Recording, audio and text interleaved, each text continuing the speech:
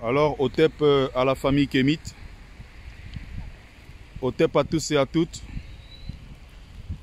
On est encore dans la douleur. On est dans la douleur, comme vous le savez. On a perdu un grand homme. Un grand homme, mais alors on a perdu un très très grand homme. Kalala Omotunde, notre digne fils de Guadeloupe.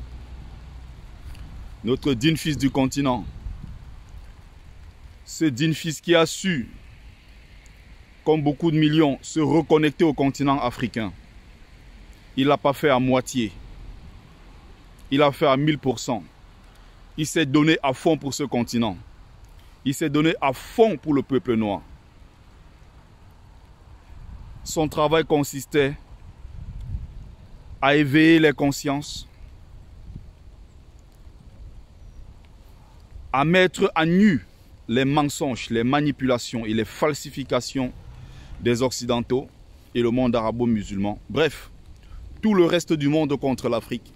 Cette Afrique-là qui a été balkanisée, humiliée et qui continue aujourd'hui d'être sous la néocolonisation, notamment occidentale. Il luttait contre cela. Il se battait au quotidien pour rétablir la vérité historique sur les traces de l'Osiris Cheikh Anta Diop. Il part sans avoir terminé son travail. Il part sans avoir accompli sa mission. Il a fait à moitié son parcours. Imaginez un Kalala Omotunde vivre jusqu'à ses 90 ans. Il aurait encore donné tellement, mais alors tellement au continent africain. Il aurait tellement donné au peuple noir éparpillé partout dans ce monde. C'est une grosse perte. C'est une perte énormissime pour nous, pour le continent. Voilà un digne fils qui est tombé. Rendons-lui un vibrant hommage pour tout le travail qu'il a fait. Essuyons les larmes de sa famille biologique, sa famille nucléaire. Mais il était l'un des nôtres, il était notre fils. Pas seulement de Guadeloupe, mais de toute l'Afrique. Digne fils du continent. Nous l'avons aimé et nous allons encore l'aimer plus que cela. Nous allons encore l'aimer bien plus que ça. Il faut continuer à partager ses œuvres, il faut continuer à porter la parole, il faut continuer le combat qu'il menait, il faut le poursuivre. Mais,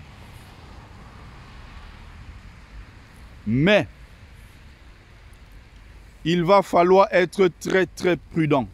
Pourquoi? Parce que le combat qu'il menait, il y a beaucoup d'autres également qui mènent le même combat.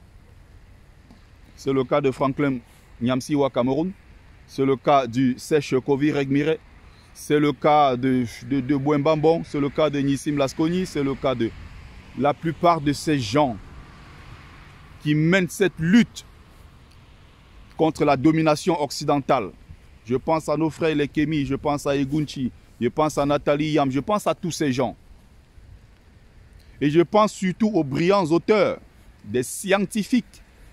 Parce qu'encore une fois, quand on parle de science, Kalala Omotunde était un maître en la matière. Et ce qui porte plus en dehors des actes, des actions, des activistes par-ci et par-là, il y a ce qui est bien plus important, l'œuvre scientifique. Parce que c'est à travers ce travail scientifique qu'on démonte les mensonges et les manipulations, la falsification historique et autres. Il faut qu'on prenne conscience que quand on mène ce genre de lutte, on ne peut pas s'exposer de la sorte. Les gens sont en train de faire le rapprochement. Et c'est un rapprochement qui doit quand même attirer notre attention avec le voyage de Cheikh Anta Diop au Cameroun, mon pays natal d'ailleurs. Après un voyage au Cameroun, Cheikh Anta Diop qui était très combattu, non seulement combattu par ses propres frères africains, mais aussi combattu par l'oligarchie occidentale. Le même Cheikh Anta Diop va rendre l'âme quelque temps après son voyage au Cameroun. On a connu le brillant frère Amobé Mévégué qui a passé un moment au Cameroun pour les funérailles de sa mère, je pense, ou de sa grand-mère, je ne sais plus, et qui est revenu mourir à Paris juste quelques jours après. Les gens parlent d'un autre cas de, je ne sais pas, Doukaya, Il y a un autre cas, évidemment, qui est le cas de Kalala Omotunde, qui était encore au Cameroun quelque temps avant sa mort. Les gens essayent de faire le rapprochement, mais je ne vais pas me prononcer dessus. Je ne vais pas prendre position parce que je n'ai pas tous les éléments. Mais toujours est-il que le Cameroun est un cimetière des géants du continent africain. Il est plus facile de passer par ce genre de pays reptiliens. Avec des reptiliens au pouvoir, il est plus facile de passer souvent par ces gens pour éliminer les nôtres, les plus dignes, les plus puissants, les plus forts, les plus intelligents, les cerveaux du peuple noir, les cerveaux du continent. Ça peut arriver, mais je ne prends pas position. Je l'évoque comme d'ailleurs j'ai vu des gens faire des rapprochements. Pour moi, ce qui est plus important dans cette vidéo, après cet hommage, ce vibrant hommage, ce qui est plus important pour moi, c'est de rappeler à chaque fois que quand on mène ce genre de lutte, il faut savoir se prémunir. Quand on mène ce genre de lutte, il faut savoir se protéger. Quand on mène ce genre de lutte, il faut savoir anticiper. Parce que ça fait trop de morts dans nos rangs. Ça fait trop de morts dans nos rangs. Et ce sont des morts parfois qu'on pouvait éviter. On aurait souhaité avoir Cheikh Anta Diop jusqu'à 100 ans. On aurait souhaité avoir Omotunde jusqu'à 100 ans. On aurait souhaité avoir tous ces gens-là vivre, voilà, les voir vivre jusqu'à 90 ans pour apporter encore et encore au continent africain. Il faut qu'on arrête sur le continent ce qu'on appelle les héros morts. D'autres disent souvent, vaut mieux un lâche vivant qu'un héros mort. Ça fait trop sur le continent africain, ces martyrs, qui partent alors qu'ils auraient pu se protéger, alors qu'ils auraient pu éviter le drame. On a connu le cas Sankara, qui s'entêtait. Même quand on lui disait, Blaise voulait ta tête, il disait, si c'est mon frère qui me tue, il n'y a pas de souci. Mais il a pensé à lui. Le Burkina Faso est dans cette situation aujourd'hui à cause d'une seule personne. C'est Blaise Compaoré évidemment, mais c'est Thomas Sankara lui-même. Sankara avait été prévenu, pas une fois, pas deux fois. On lui avait dit, fais attention, Blaise veut ta tête. Son oncle qui était à l'époque ambassadeur du Burkina Faso en Libye avait été prévenu, Sankara Mousbila, qui avait dit à plusieurs reprises, par un émissaire qui travaillait et qui appréciait tellement Thomas Sankara, un Libyen, qui avait dit, dis à ton frère de faire attention parce qu'on veut sa tête. Et il avait toutes les informations. Sankara a foutu le Burkina Faso en l'air. Imaginez un Sankara à la tête du Burkina pendant 15-20 ans. Il aurait posé les jalons et le Burkina serait aujourd'hui un havre de paix, un paradis sur terre. Mais parce qu'il n'a pas pris les précautions. Son ami Valère Sommet avait prévenu. Tous ces gens-là ont travaillé autour de lui. Tous ces gens-là lui ont dit qu'il faut faire attention. Je lis encore des commentaires des gens qui disaient quand Kalala Omotunde a annoncé qu'il partait au Cameroun, il y a des tonnes de messages qui ont été envoyés à Omotunde pour lui dire « n'y va pas ». Des tonnes de messages ont été envoyés pour dire à Omotunde « n'y va pas ». N'y va pas tout simplement. Il a insisté. Il est parti. Peut-être qu'il n'a pas lu ces messages. Peut-être qu'il a lu, il a ignoré, on ne sait pas. Mais toujours est-il qu'aller au Cameroun n'était pas une bonne chose. À Mobé Mévégué, c'était pareil. Maintenant, le cas Omotunde, le cas Cheikh Anta Diop, et il y a plusieurs autres cas éliminés sur le continent africain. Et on ne cible pas n'importe qui, on cible les cerveaux. On cible ceux-là qui dérangent. J'ai prévenu et j'ai cité quelques noms des plus illustres intellectuels du monde noir qui font un travail exceptionnel. D'autres qui sont des activistes, d'autres qui sont des intellectuels, évidemment. Faites attention. Quand on mène ce genre de lutte, il faut se prémunir. Quand on mène ce genre de lutte, il ne faut pas s'exposer. Il faut se protéger. Sankara a lâché, il a trahi le continent. Il aurait pu éviter cette mort. C'était une mort facilement évitable. On ne peut pas être au Conseil de l'entente. On est assis, on est contre la France. On sait qu'il y a Mitterrand de la France-Afrique qui va frapper. On sait qu'il y a Foucault qui est présent. On sait que cette France-Afrique est menaçante. Et on ne se protège pas. On ne forme pas les jeunes à qui on donne des armes sophistiquées pour se défendre. La même erreur a été commise au Togo. Sylvanus Olympio, premier assassinat sur le continent après les indépendances, 1963. Sylvanus Olympio est en train de battre monnaie. Il a refusé le franc CFA. Il a refusé la coopération avec la France. Il est en train de se battre pour la souveraineté de son pays, mais il n'est pas protégé. Tu as un palais présidentiel. Tu as à peine 7 gardes du corps qui sont là et qui ne sont même pas de surcroît armés. Quand il est attaqué, les quelques soldats qui défendaient le palais, qui n'était presque rien à l'époque, pas de barricade, pas de sécurité, rien du tout. Et ceux qui sont là ne sont pas armés. Ils ont des armes, je veux dire, mais ils n'ont pas de munitions. Pour défendre le président de la République, ils sont obligés de courir dans une caserne pour prendre les munitions. Et qui détient ici les munitions? C'est Georges Métrier, le boucher du peuple bamileke. L'assassin qui à l'époque avait été l'homme à tout faire dans le génocide en pays bamileke avant d'être affecté au Togo. Georges Métrier va faire le même travail, c'est-à-dire qu'après avoir massacré les bamileke au Cameroun, à l'ouest du Cameroun, il va se diriger vers le Togo pour aller continuer le même travail. Il faut des munitions. Le temps de revenir protéger le président, il a bondi sur la barrière pour tomber à l'ambassade des États-Unis.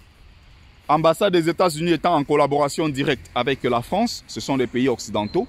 Quand il faut s'entendre pour nous tuer, ils n'hésitent pas. Et alors le travail a été fait, le job a été fait. Sylvanus Olympio assassiné. On mène des projets, on conçoit des projets, on les matérialise en quelque sorte. On est sur le terrain, on se bat contre la France-Afrique, on se bat contre le franc CFA, on se bat contre les bases militaires, on se bat contre les intérêts des Occidentaux, on se bat contre les intérêts des Arabo-musulmans. Mais derrière, on ne se protège pas. Ça fait trop de morts. Et après, quand ça arrive, on se plaint. Là maintenant, RIP, rest in peace, va auprès des ancêtres, va ceci, va en paix. On est en train de crier, en train de pleurer depuis 2 jours. La toile est en émoi, tout le monde est en train de pleurer au Motunde. Peut-être, je dis bien peut-être qu'on aurait pu l'éviter. Peut-être on aurait pu éviter ce drame parce que c'est une grosse perte pour le continent. Nous nous sommes abreuvés chez ces gens-là. Nous sommes tous abreuvés intellectuellement. C'est des gens qui nous ont apporté énormément. J'ai une pensée pour sa famille. Il faut qu'on protège les nôtres. Il faut qu'on protège nos leaders. J'attire à l'attention encore sur le cas Kovi Gomez, qui est abandonné à lui-même. Où sont nos dirigeants pour protéger ses cerveaux? Voir le professeur Gomez avec tout ce cerveau, toutes ces connaissances, être dans l'indigence, traîner partout, est une honte pour le continent africain. Qu'est-ce qu'on fait pour protéger nos cerveaux? Qu'est-ce qu'on fait pour protéger nos intellectuels? Ce monsieur a des manuscrits. On devrait accompagner le Sèche Kovi Regmiré à les produire, à les publier, à partager massivement, à les vendre partout, à diffuser son œuvre partout dans le monde. Pour un scientifique de haut vol comme lui, il ne devrait pas s'arrêter aux simples vidéos à la librairie Tameri. Il devrait faire plus que cela, produire des ouvrages scientifiques. Et nos États, nos dirigeants doivent être derrière ce genre de cerveau pour les soutenir. Regardez le travail monumental que ce monsieur fait, Kovi Regmiré. Il n'a pas le soutien de nos dirigeants. Ce monsieur devrait être logé comme les Lasconi et autres. C'est des gens qui doivent être logés dans des châteaux, logés, nourris pour leur travail. Parce que le travail qu'ils font, c'est un travail formidable, incroyable. Mais ils sont abandonnés par les nôtres. Ils sont abandonnés par nos dirigeants. Ils sont abandonnés par les populations. Ils sont abandonnés par nos opérateurs économiques. Ils sont abandonnés parce qu'on est inconscient. Regardez chez les Asiatiques, regardez chez les Occidentaux. Regardez comment ils protègent leurs intellectuels. Regardez comment ils protègent leur cerveau. Regardez comment ils font la promotion des œuvres de leur cerveau. Ils financent tout du début jusqu'à la fin. On demande une seule chose. Soyez disponibles pour nous faire le travail intellectuel qu'on vous demande. Et derrière ça, nous allons diffuser votre travail. Nous allons porter très haut votre travail. Parce qu'ils ne travaillent pas pour eux. Ils travaillent pour le continent. Ils travaillent pour réhabiliter notre dignité, bafouée. Ils travaillent pour rehausser l'image du continent africain et du peuple noir. C'est juste inadmissible. J'ai cité Sylvanus Olympio, j'ai cité Sankara, j'ai cité quelques cas. J'aurais pu aller encore même plus loin parce qu'il y a tellement d'exemples à prendre sur le continent africain. Qu'est-ce qu'on fait pour protéger ces gens? Qu'est-ce qu'on a fait pour protéger Félix Roland Moumié? Qu'est-ce qu'on a fait pour protéger l'homme Podol, Omniobé? Qu'est-ce qu'on a fait pour protéger tous ces grands? On ne doit plus perdre nos héros de cette façon. On ne doit plus perdre nos cerveaux de cette façon. Les gars comme les Omotunde, il faut 40-50 ans pour former. Un gars comme lui, 40-50 ans pour former ce genre de personnes. C'est juste inadmissible. La kémitosphère est en train de s'agiter dans tous les sens. Maintenant, il faut préparer un grand hommage, un vibrant hommage à Kalala Omotunde. J'ai très mal. J'ai très mal. Il n'y a pas quelques jours, je regardais encore la vidéo de Omotunde où il parlait de l'énergie, il parlait des grands projets, il parlait... C'est juste pas possible que ce genre de choses, que ça continue à arriver. On n'anticipe pas. Qu'est-ce qui s'est réellement passé? Du jour au lendemain, il est rentré, arrivé en Guadeloupe, de l'aéroport pour chez lui, il a fait un malaise. Malaise, massage cardiaque, on n'a pas pu le sauver. Ça y est, c'est terminé. Omotunde est parti. Ça ne tient pas la route, cette explication. Est-ce qu'il avait des antécédents dans ce sens? Est-ce qu'il y a 1001 explications à donner? Il y a de quoi les gens doivent se poser des questions. Quelqu'un qui était bien il y a juste 30 minutes, et boum, tout d'un coup, il s'en va. Sachant qu'il luttait contre cette oligarchie occidentale, il y a des moyens de l'éliminer aujourd'hui, mais de façon très très subtile, de façon très très discrète. Raison pour laquelle on s'interroge. Mais il faut continuer le travail. Il ne faut jamais lâcher. Que son cas soit vivifié. Je n'aurais pas voulu prononcer cela aujourd'hui parce qu'il est trop jeune, il est parti trop jeune. Mais dommage, dommage. Allez au TEP, la famille Kémit, au TEP, partagez massivement ce message, partagez-le massivement.